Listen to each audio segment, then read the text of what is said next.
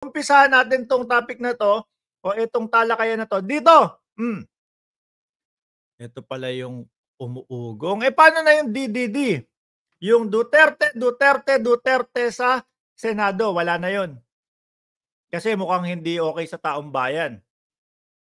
Erase na yon, 'no? Sabi ko naman sa inyo mga kababayan, testing the water lang po ng mga Duterte yung Duterte, Duterte, Duterte. Gusto lang pong mapag-usapan, 'no? At gusto lang nilang malaman, tangkilikin kaya ng taong bayan.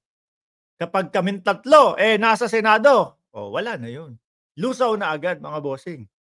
Wala, hindi kumagat ang taong bayan, 'no?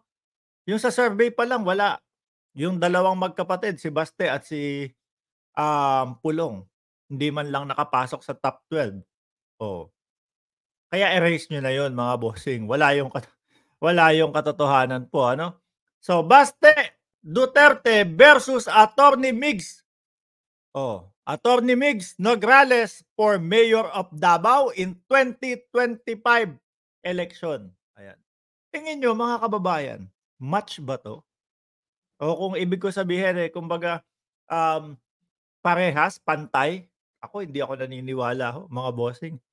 Si Baste sa mga nakita natin doon sa mga nakakaraang mga, tawag dito, kilos niya sa politika, yung mga nakakaraang paggalaw niya o mga desisyon niya sa politika parang, wait lang, hindi yata uubra kay Migs Nograles ito, mga bossing. Ano, yung pabagal style na magsalita, yung pamura-mura ni Baste Duterte na akala niya, tatangkilikin po, mga kababayan. Laos na yung mga gano'ng estilo po. O yung Oplan Tukhang na recently lang, eh, inano niya, tawag dito, pinatupad niya yung Oplan Tukhang, ilan agad ang tegi. Tingin niyo po ba ang Davao, gusto pa din nung gano'ng estilo? Oo. At marami po tayong nakikitang mga komento, nagkokomento, nagsasalita, nagsasabi, "Taga Davao ako, pero ayaw namin ng pamamalakad ng Duterte." So ano sa tingin niyo mga bossing, uubra si Baste dito kay Attorney Migs na grabe, sandamakbak din yung ginagawang ka-fake newsan nila mga bossing.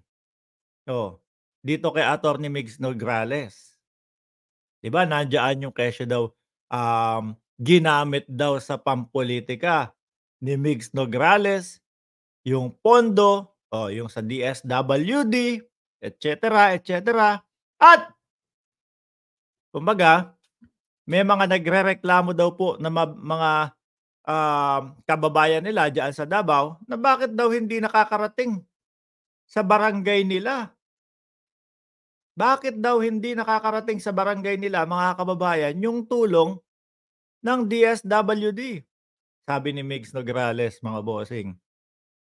Itanong ninyo doon sa mga kapitan ninyo, bakit ayaw kaming papasukin para tulungan kayo diyan sa barangay ninyo? Mukhang may nagbabawal ho, 'di ba? So kung pagkukumparahin mo itong dalawa na ito, kung etong dalawa na ito ang tatakbo bilang mayor ng Davao, ako po magsasalita bilang hindi isang taga Davao, mga bossing, pero between two, mga kababayan, kung ano masasabi ko sa trabaho nila, mas mukhang papabor ako kay Nograles dito. Mas may utak mga bossing, 'no? Hindi kagaya ni kay Basta parang, kagaya niyan, nung pumunta dun ang pangulo para dun sa patubig nila dun, para doon sa mga pamimigay ng mga titulo ng lupa, ano pa, oh, pagsasaayos nung mga daanan nila. Si Duterte hindi pumunta, si Baste. Kasi puyat siguro dun sa mautog nila kinagabihan. Or hindi siya masaya kasi galing yung proyekto o hindi siya masaya kasi ang nanguna doon sa proyekto, gobyerno ng Pilipinas sa pangunguna ng ating pangulo. So bitter.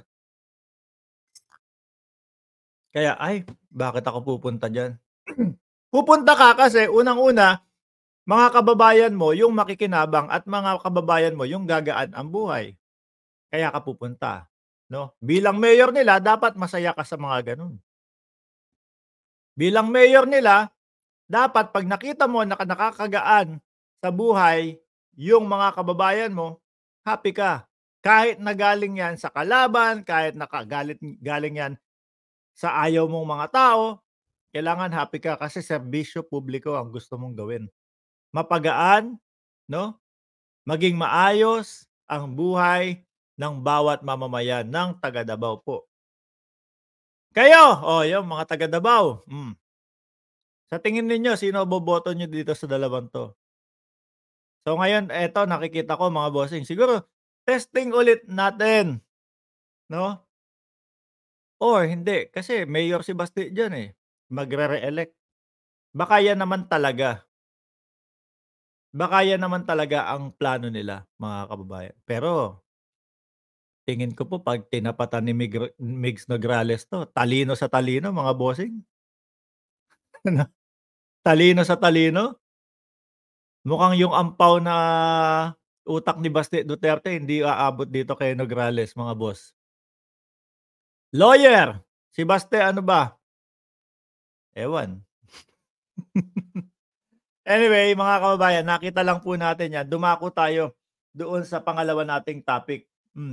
Bato de la Rosa, mga kababayan, sabi ko sa inyo kapagka eto nanalo ng senador, walang ibang gagawin 'to kundi ipagtanggol ang dating Pangulong Duterte.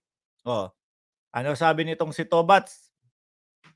Sabi po ni Tobats, mga kababayan, hindi puwedeng i-link ang dating pangulo sa Pogo. Oh, he won't condone it. Kumbaga hindi niya aanuhin 'yan, anong word 'yon sa Tagalog? Hindi niya kukonsintihin 'yan kung alam niya 'yan. Oh, bakit daw ho, mga kababayan? Kasi nga po, ang imbestigasyon mga bossing diyaan sa Senado, eh, papunta na po kay dating Pangulong Duterte. Ano ho, papunta na po kay dating Pangulong Duterte. Ika nga po sabi ni Senadora Risa Ontiveros, eh, ang magiging sentro nitong pogo na ito, hindi ako magtataka, si dating Pangulong Duterte, mga kababayan.